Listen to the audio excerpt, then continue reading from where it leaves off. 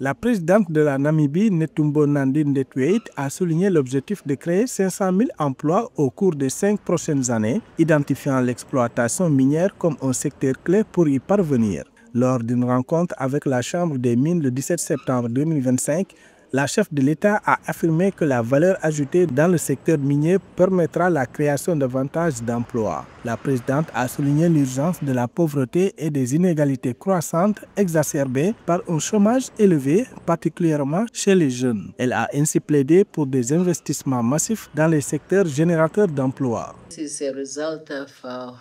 La situation critique dans laquelle nous nous trouvons est la pauvreté qui règne dans le pays et le fossé important entre les riches et les pauvres, conséquence d'un chômage élevé, notamment chez les jeunes.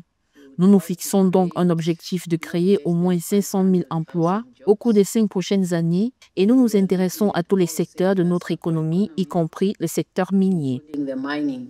Selon le gouvernement, la Namibie a investi plus d'1 milliard de dollars dans l'exploration minière en 2024. Cet investissement important, considéré comme un pilier de l'industrie minière, suggère de nombreuses nouvelles découvertes potentielles dans le secteur qui pourraient contribuer à la création d'emplois supplémentaires.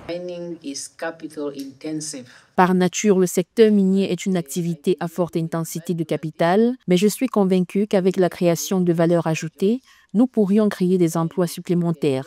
Si notre industrie minière génère des ressources, nous pourrions alimenter d'autres secteurs comme l'agriculture qui pourraient créer des emplois. Selon la Chambre des mines de Namibie, 3 nouvelles mines commenceront leur production dès cette année et à moyen terme. Actuellement, le secteur minier emploie un peu plus de 20 000 personnes avec un salaire fixe mensuel, tandis que 150 000 autres dépendent indirectement de cette industrie.